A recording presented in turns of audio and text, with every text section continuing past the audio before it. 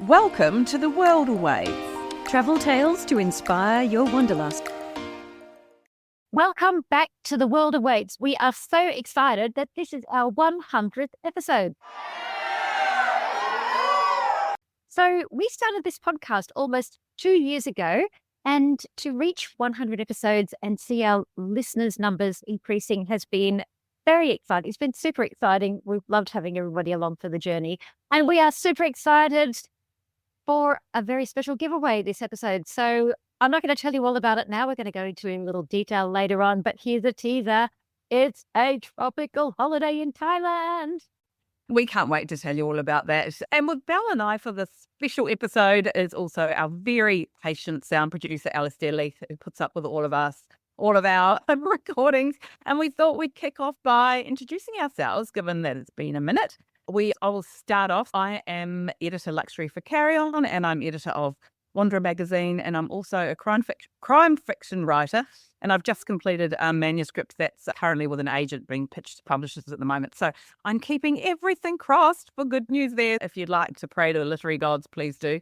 And I'm also one of our hosts here at The World Awaits. And what about you, Al? Tell us a bit about you. Hi, I'm Alaisdair Leith, the audio producer for The World Awaits. I am a entertainment journalist, I would say now. So I do things like movie reviews, game reviews, tech stuff. Interestingly enough, I will reveal here that I've just finished my first script for my first television show. It is getting prepped for pitch to a few places around, so I'm very excited to announce that to you. I don't think I've spoken to you two about it at all. I wanted to keep it very under wraps and not be pressured to talk about what it is or what it's about. But yeah, I have absolutely loved the last 2 years with both of you. What about you, Belle?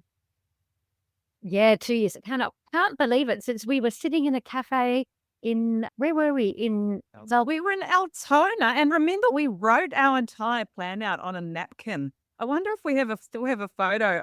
That napkin. I do have I have a photo. I have a photo of the napkin because once I got a job description as a finance journalist in Ireland, and the guy wrote it out on a bar coaster. And I said to him, can I take that later on? So when we did that, I'm going to dig it up because when we wrote it out on the napkin in the cafe, I thought, this isn't the second time this has happened in my life. Clearly, I'm completely linked to napkins and bar coasters. So yes, I have been a finance journalist in Ireland, which was a weird part of my life, considering if my accountant heard me say that, he'd be like, but you are financially illiterate. But I am a journalist, and we're all in Melbourne, by the way. At the moment, I am pretty much a print journalist. I have a focus on the Middle East, where I've lived on and off for years. But I also lived in Ireland for a long time, like I was nearly 5 years there, which was a really big chunk of my first working life. I write for the Sydney Morning Herald and The Age. That's back from South Australia for a good weekend. The Financial Review, Luxury Escapes, pretty much anyone who pays me. And I guess what I've been diverging in now, because Percy, you've been doing crime fiction, Alice, you've been writing TV. I feel like the underachiever, like the snotty little kid that's done nothing sitting in the corner. I'm doing a lot more radio now, though, too, which has been really exciting with groups like ABC Radio and some of the commercials. So yeah, can't say I've got a manuscript in my back pocket. Everybody's written a book, right, that was just crap and then they chucked it away. So I've got that. I think you both have got that too. But yeah, congratulations. Thanks for overshadowing me as well. You did omit to mention that you were Australian Travel Writer of the Year 2 years in a row. So we will just put that little one out there. But yes, no. So you can rest assured that you're in good hands here. Belle and I have both got journalism backgrounds. I did news journalism as well in New Zealand. And as Alice mentioned, he's been around the traps a bit. Yeah, but we love what we do and we are absolutely passionate about this podcast and we hope that you hear that from us. Given it's such a special milestone, we wanted to talk about some of our favourite episodes that you can scoot on back and have a listen to because we're finding increasingly, now that we've got 100 episodes under our belt, that's what people are doing. The numbers are really growing significantly for some of our earlier episodes. We're going to kick off with you, Belle. What are some of your favourite or what was your favourite episode in the last couple of years? Yeah, it's been an interesting one going back because some of our most popular episodes, things anything to do with Italy. The minute we say Italy, everyone goes, oh my God, I need to go and have a beautiful life there. When I had met the fabulous Maria Pasquale, who is an Australian Italian author, the funny thing is we used to holiday when we were kids. Our beach houses on the Mornington Peninsula, because everybody had a rough little shack down there, were 2 streets away. So we grew up in this.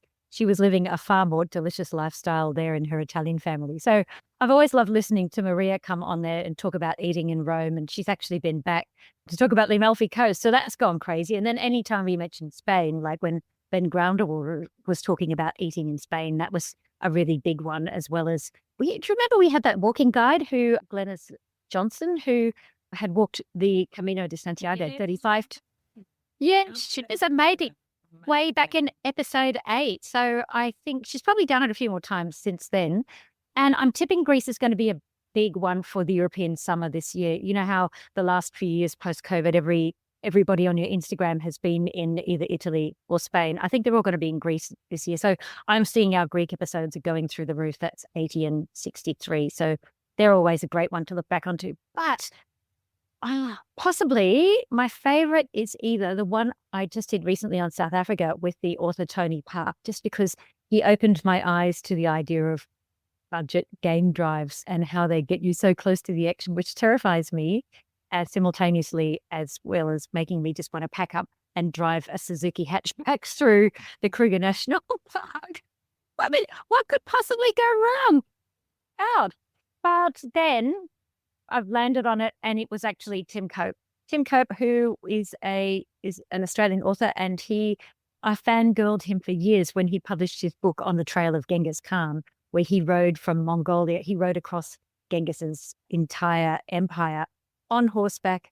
Took him 3 years from the steppes of China through to the fringe of Hungary, which is astonishing. It took me months just to find him, because he's so off-grid. And then it took another couple of months to line up the interview. But I think I just wanted somebody to take me so far away from my world and give a glimpse into another extraordinary life, such as the life of a Mongolian nomad. And that's why I love it. And that is episode 43. What about you? Who's going next? Who's going next? I think it's me. So look, mine are going to sound a bit biased. The first one that I'm going with is episode 90.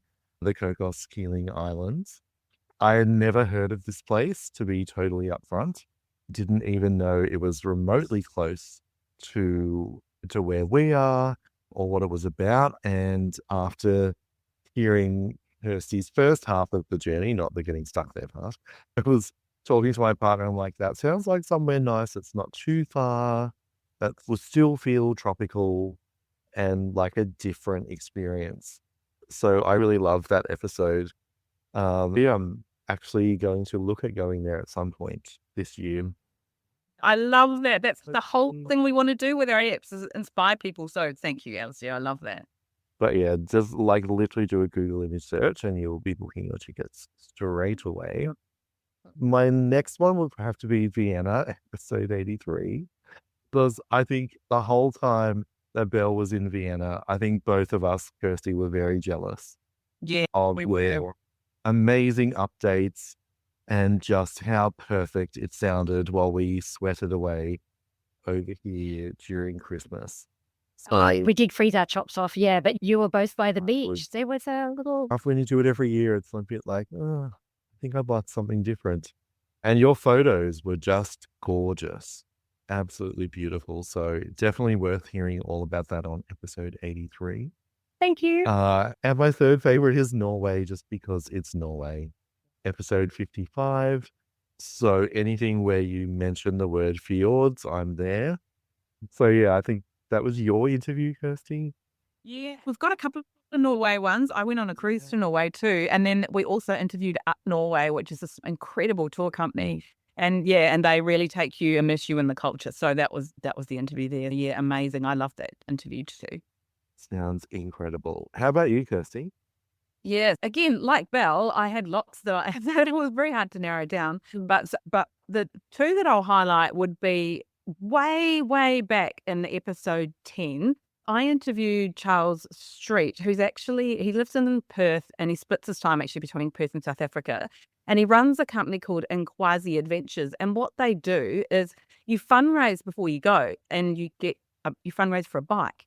And then they take the bikes into these remote communities and they give them to these children. And the remarkable part about this is it's not just about giving kids something fun to do.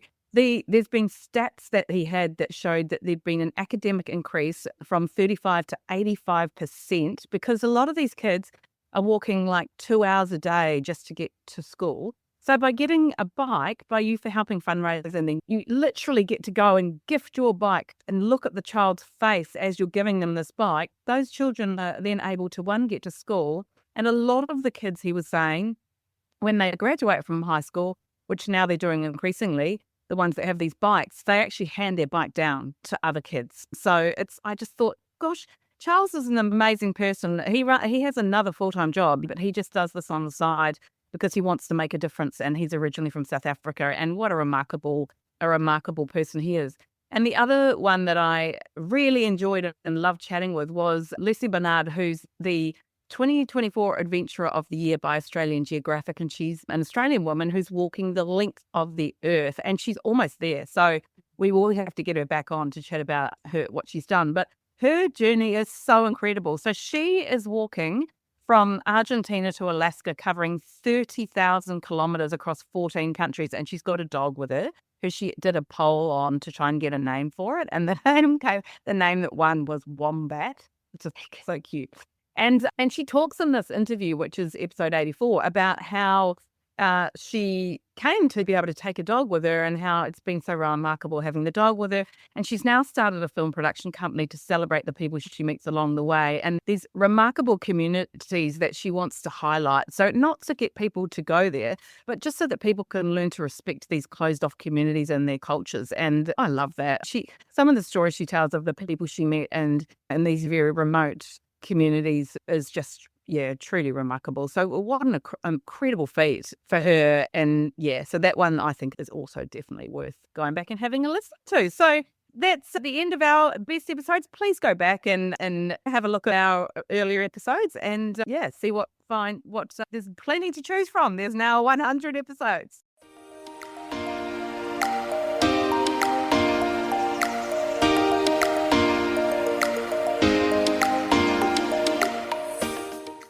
We thought it was only fitting if we asked each other and answered the question we ask all of our guests. So we have a question we ask every single guest at the end of our episodes, and it is, what's the most bizarre thing that ever happened on your travels? And oh my God, we've had some incredible responses.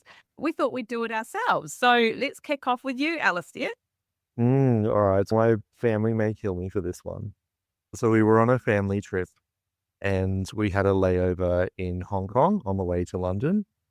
And we ended up staying overnight due to a cancelled flight, etc., etc. You all know the drill. And we were at this really cheap hotel, and the dinner was buffet style, and nothing was in English. So no one had any idea what they were eating. My brother decided to just go in and go for it. Whatever looked good, whatever smelled good, he was going to go for it. We tried to warn him, hey, just be careful. You've got to sit on a plane, from here to London. You don't want your stomach to be upset. Maybe ask before you load up your plate. And he went over to this section and started loading up this stuff that looked like sweet and sour sauce. So I'll forgive him. And my mum, being the cautious mum that she is, asked the hostess, what is that dish? And she said, oh, it's goose chunks in goose blood gravy. And Mum said, we need to tell him. And I'm like, no, we don't. He's not sitting near us on the plane. Don't tell him. So we went back and he's hoeing into it, ate the whole thing. I'm like, oh, was that good? He's, yeah, it's the best. It's so delicious. I'm like, oh, that's really good. We found out what it is if you want to know. And then, we eventually told him.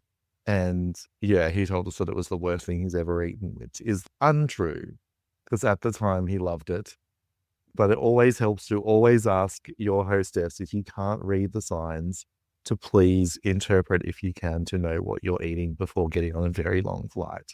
Because the flight took very well, is all I will say. And that was my next question. How was he on the flight? I'm so grateful that he was not sitting next to him. Oh my God.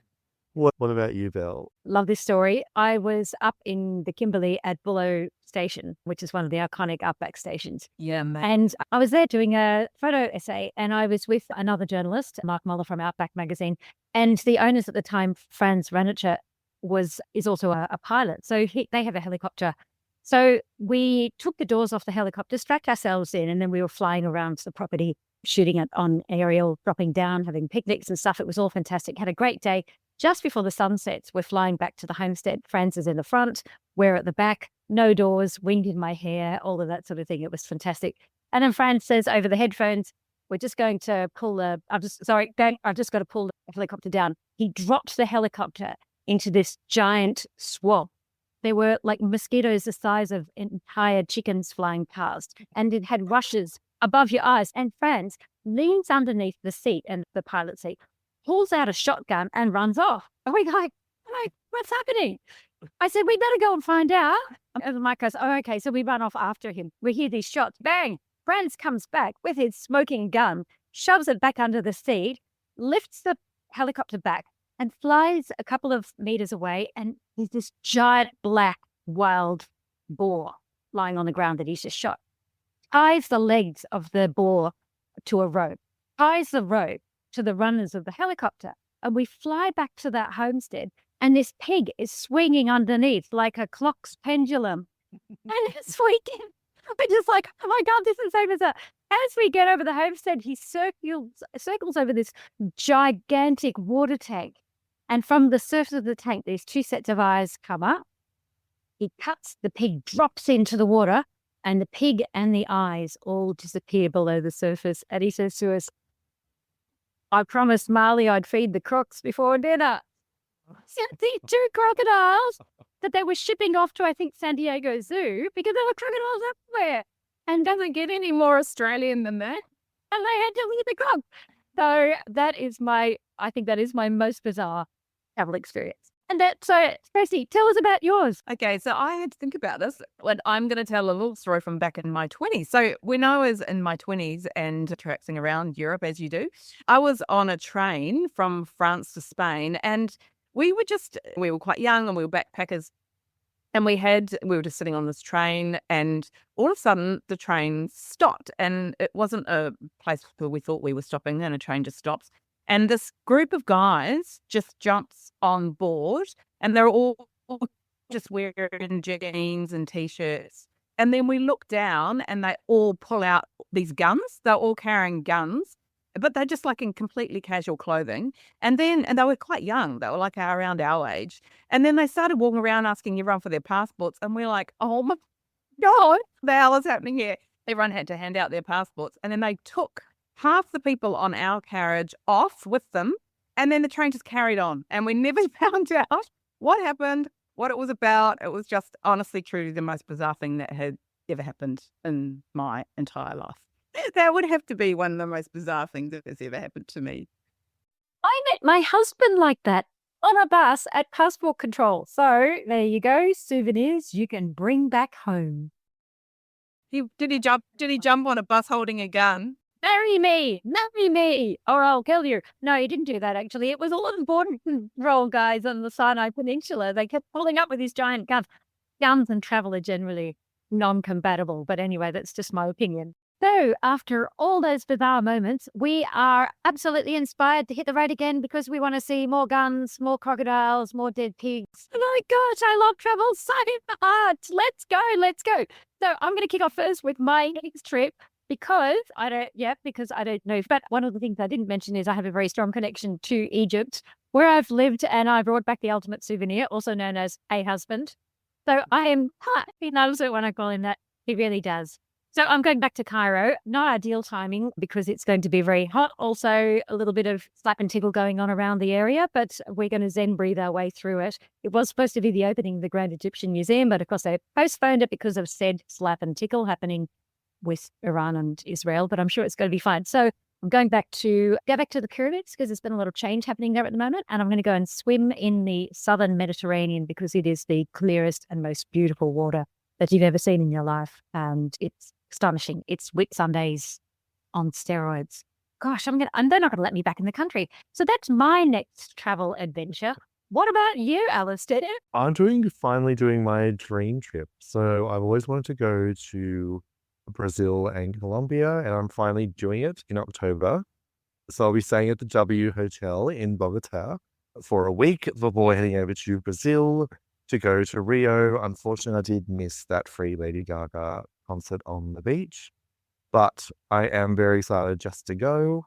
So yeah, I'm very excited. Just started planning that. Booked the hotel the other day, and that means that I have to go now. Are you going to wait? I want to see like in your Carnivale sequence. I want to see you shooting your set. Who knows? I'm not planning much. It's just going to be a go and see kind of trip. And I think this will be my first time flying economy in a while. So pray for me because it's going to be pretty. No, not praying for you at all. I always fly economy, but cannot wait to have you on the podcast. We're going to get you on the podcast and grill you about everything that you've learned. What an insane trip. Kirsty, where are you going to next? I've got a couple of exciting trips coming up this year. So in a couple of weeks, as we're recording this, actually, as we go to air, it'll only be about a week before I leave. I'm going to Cambodia. Incredible property that I found called Songsa, which is run by this woman called Melita Koulomandis, who bought the island for US $15,000 back in the early 2000s, and she completely transformed this island from a desolate junkyard with depleted marine life into Cambodia's second marine protected sanctuary. And it's now this incredible, lush, beautiful, incredible property. And I'm also staying in Siem Reap at this incredible 5-star Avani property called FCC Ankle by Avani, and I absolutely cannot wait to go there. That is a property that you might have heard us talking about earlier, actually, Belle and I, and you will hear all about that when I get back. And then later in the year, in November, I'm going on a Viking cruise, which I'm so excited about. We are cruising from Athens in Greece up to Venice, and so visiting Croatia and Montenegro along the way, and I am super excited about that because Viking do the most incredible cruises and have the most beautiful Scandi design, beautiful luxury ships. So I can't wait to jump on board that. So you'll be hearing about all three of us and our incredible adventures in coming episodes. So make sure that you continue listening with us and hang in there with us and see what we're all doing. So next up, we have some exciting news. Well, it's what you've been waiting for, my friends, our special prize to mark our 100th episode. So we've partnered with Avani Hotels to give away 4 nights for 2 people in a deluxe room at the Avani Plus Khao Lak, which is in Thailand. Amazing! So 4 nights in gorgeous paradise. Amazing. Absolutely. So Khao Lak is a beachside resort in southern Thailand, best to fly into Phuket, and it's a 1-hour drive north of the airport. It is also close to the dive sites of the Similan Islands, and you can also visit Phang Nga Bay. So I think James Bond movies, they've got rock climbing sites around this area, and the Avani excursions include a gentle bamboo rafting through the Thai jungles, surfing and Thai cooking classes. And the resort's facilities include kids clubs and, because of course this is Thailand, a divine spa. And so you will get a daily breakfast and dinner, round-trip airport transfers, and also, love this, a one-time Muay Thai boxing class for 2 people. If you want to sort your differences out, perfect for honeymooners, for people who've been married for 20 years, for friends who have got certain grievances that they never spoke about in public. I think it's so much fun. What an amazing prize of 4 nights in paradise. So I'm so excited. I want to go. Right, you do. But that is such an amazing prize. How can listeners enter, Kirsty? So to enter, who doesn't want a tropical holiday, and particularly Thailand? Thailand, I have to say, is one of my most favourite places to go. I've been multiple times and oh my God, I just adore it. The food, the people, it's so easy to get around and incredible properties. So this property is one that you do not want to miss. So to enter, you've got to jump on over to our Instagram, which is The World Awaits, and also jump onto Avani Hotels. So Instagram, follow Avani Hotels and also follow The World Awaits, and like our post on The World Awaits Instagram about the competition, and then tag a friend. take the person that you want to take to Thailand, and we will be having a draw, which we'll be announcing in coming weeks. Yeah, we're going to give people a little bit of time to get their entries in, but make sure that you tag those friends and don't forget to both those pages and also, like the competition page. And you will be in the draw to win this incredible prize of 4 nights in this beautiful tropical Thailand resort. Thank you to all of our listeners. And if you do enjoy our podcast, please give us a rating and review on Apple Podcasts. Click on our profile, scroll down to the bottom of ratings and reviews. And if you're on Spotify, go to our main page and click the 3 dots underneath our photo. Or simply drop us a line at hello@theworldawaits.au. We love nothing more than hearing from our listeners. Happy 100!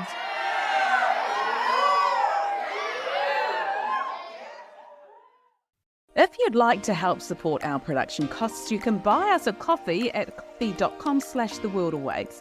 That's ko-fi.com/theworldawaits, so we can continue to bring you inspirational travel interviews with the world's best. That's a wrap for The World Awaits this week. Click to subscribe anywhere you listen to your favourite pods. Thanks for listening. See you next week.